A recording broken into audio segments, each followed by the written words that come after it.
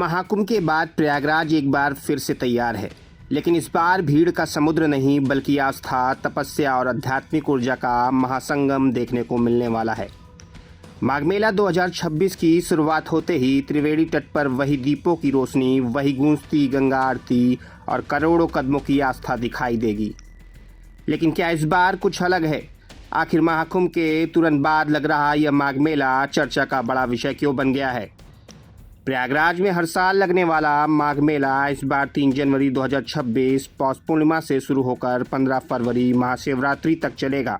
1.5 महीने तक का संगम क्षेत्र में साधु संतों, श्रद्धालुओं, कल्पवासियों और पर्यटकों की भारी भीड़ उमड़ने वाली है। लेकिन इस बार मेले की चर्चा का सबसे बड़ा कारण है महाकुंभ में बनी हाईटेक तैयारियों का इस माघ मेले में भी सीधे उपयोग होना। नई सड़कें, सुरक्षित घाट, smart parking, hi-tech control room, drone surveillance, ये सब इस बार भी देखने को मिलेंगे। यानी इस बार एक साधारण माघ मेले में पहली बार इतनी आधुनिक व्यवस्था की जा रही है। इसी को लेकर प्रशासन भी पूरी तरह अलर्ट और एक्टिव है।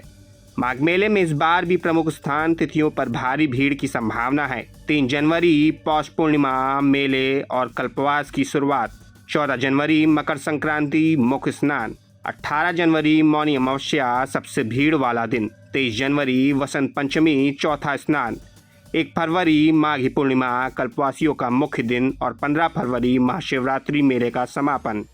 अब अगर महत्व की बात करें, कहा जाता है कि समुद्र मंथन के दौरान अमृत की बूंदें जिन 4 स्थानों पर गिरी थी उनमें प्रयागराज भी शामिल है। इसलिए यहाँ स्नान का साधक मोक्ष की प्राप्ति की कामना से आते हैं और हर साल लगने वाला माघ मेला इसी परंपरा को आगे बढ़ाता है। लेकिन माघ मेले की असली आत्मा है कल्पवास।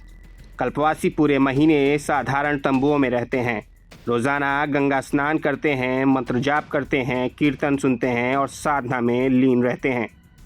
यह शरीर नहीं, आत्मा की शुद्धि का समय माना जाता है। ठंडी हवाओं में सुबह सुबह गंगा में डुबकी लगाते कल्पवासियों का नज़ारा पूरे मेले को एक दिव्य अनुभव बनाता है।